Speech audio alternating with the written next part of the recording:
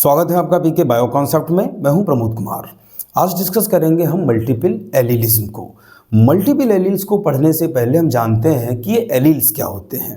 देखिए, किसी भी सिंगल कैरेक्टर को अफेक्ट करने वाले जीन के अल्टरनेट फॉर्म्स ही कहलाते हैं एलील्स।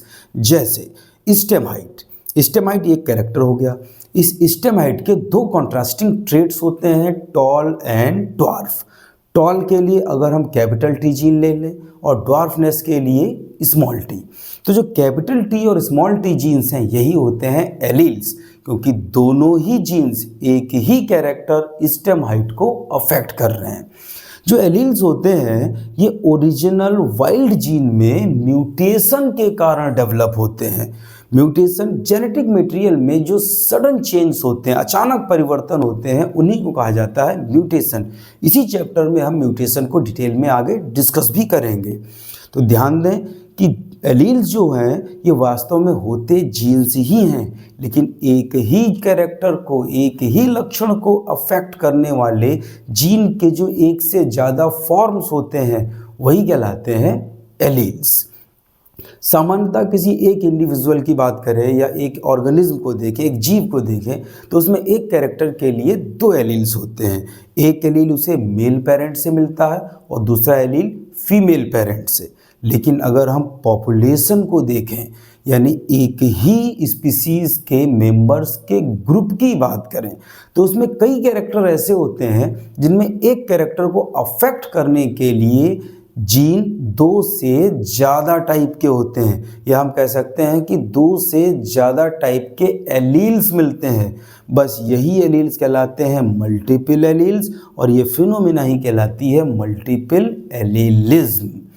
ध्यान ये रखना है, किसी एक इंडिविजुअल में दो एलील ही होते हैं, लेकिन पॉपुलेशन में एलील्स की संख्या दो से ज़्यादा हो सकती है। ज़रूरी नहीं है कि सब कैरेक्टर्स के लिए एलील्स की संख्या दो से ज़्यादा ही हो। कुछ एग्जांपल्स हैं यहाँ पर, जैसे ड्रोसोफिला में आई कलर, उसके लिए होती हैं 15 एलील्स।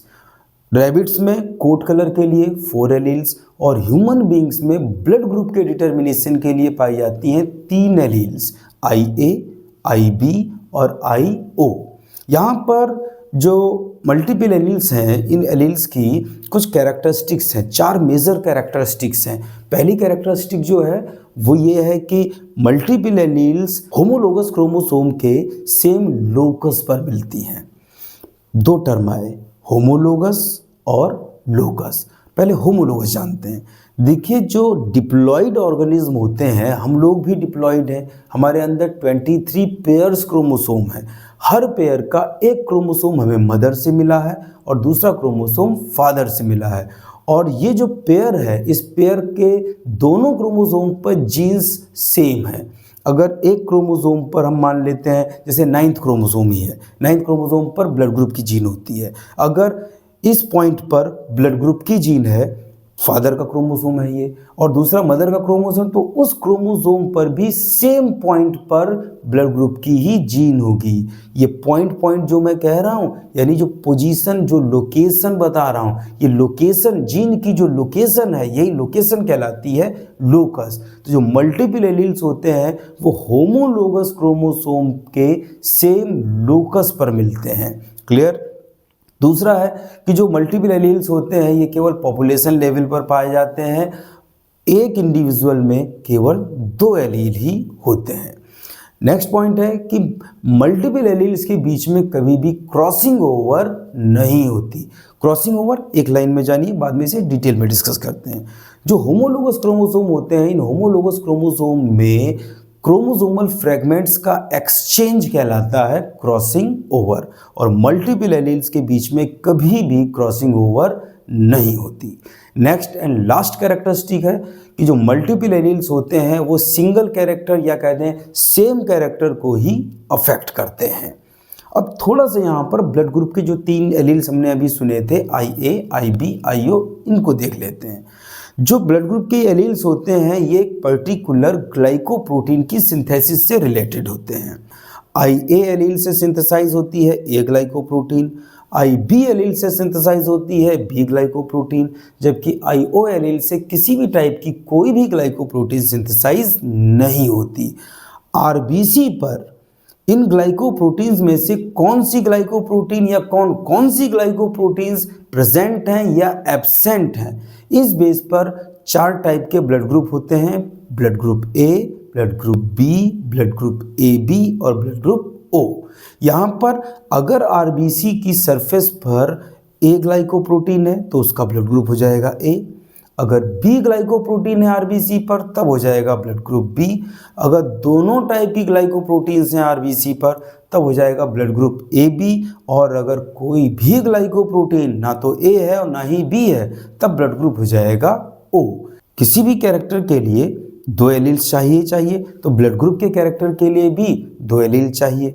ब्लड ग्रुप A के लिए 2 एलील्स जो हैं वो 2 कॉम्बिनेशन में हो सकते हैं, या तो होमोजाइगस या हेट्रोजाइगस। होमोजाइगस में IA ये जीन साथ साथ हो तो ब्लड ग्रुप A होगा, या IA के साथ IO साथ में हो तब भी ब्लड ग्रुप A होगा, क्योंकि IA एलील IO पर डोमिनेंट है।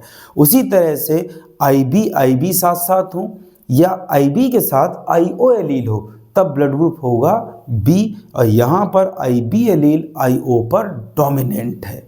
AB के केस में जब IA और IB दोनों एलील साथ साथ होती है तभी ब्लड ग्रुप होता है AB, और यहाँ पर A और B दोनों ही ग्लाइकोप्रोटीन सिंथेसाइज हो रही है, यानी IA और IB दोनों एलील्स अपने आप को एक्सप्रेस कर रहे हैं। जब दोनों एलील्स अपना एक्सप्रेशन देते हैं तो ये फिनोमेना कहलाती है कोडोमिनेंस।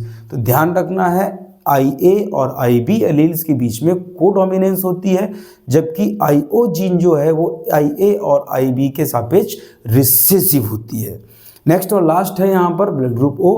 ब्लड ग्रुप O के लिए केवल जब IO जीन साथ साथ होंगी तभी पॉसिबल है ब्लड ग्रुप O। तो यहाँ पर ये तो हमने डिस्कस कर लिया है आज मल्टीपल एलीलिज्म को। अब ब्लड ग्रुप को और ज़्यादा डिटेल्स में और साथ ही साथ ब्लड ग्रुप की इनहेरिटेंस को हम डिस्कस करेंगे नेक्स्ट पार्ट में।